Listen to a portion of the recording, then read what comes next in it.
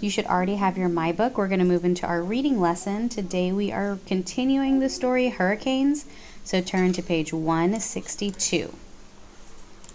Here we go.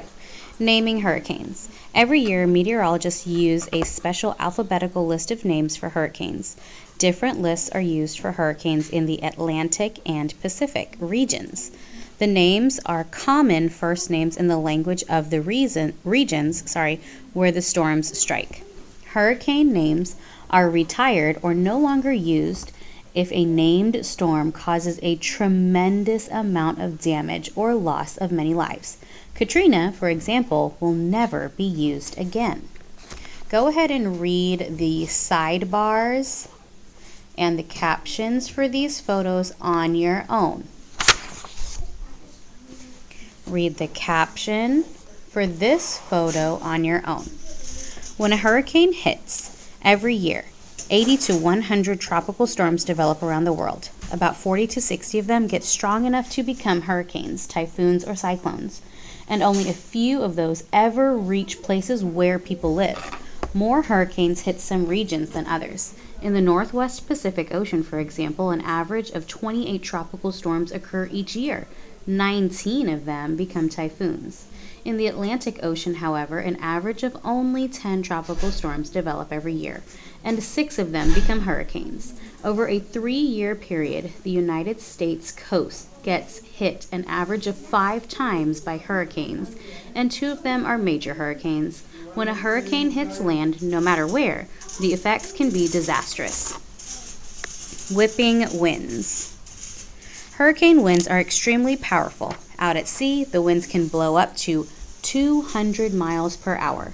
Although a hurricane loses energy when it moves over land, the winds still cause a lot of damage. Strong gusts of wind rip huge trees out of the ground.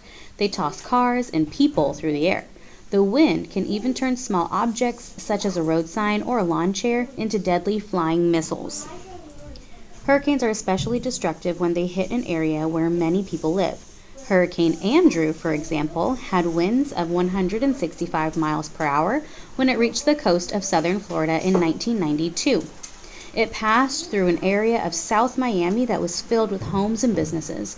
Many of the buildings were mobile homes, which do not weigh as much as houses. They also are not well anchored to the ground.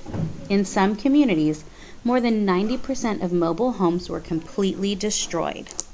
Those of you that are doing hurricanes for your natural disaster essay, informational text, this is a specific example.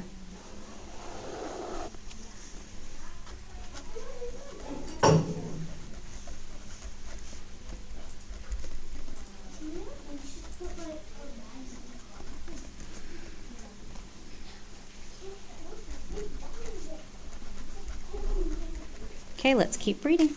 Natural disaster example.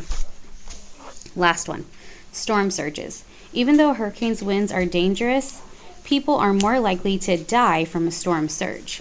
The winds of the storm push ocean waters toward the shore, forming a huge wave. The low air pressure also lifts the water, raising the level even higher.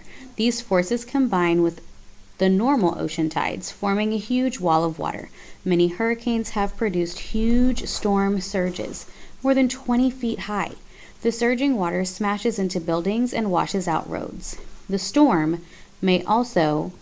surge may also wash away beaches and remove all the soil around the foundation of houses.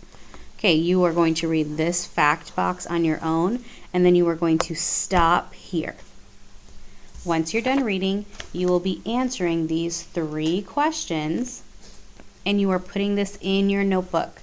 So on Monday, we started a clean page in our notebook, and you have questions 1, 2, and 3. These are questions 4, 5, and 6. It tells you what pages that you need to look at. Look at these pages only. Once you're finished, move on to the next thing on your checklist.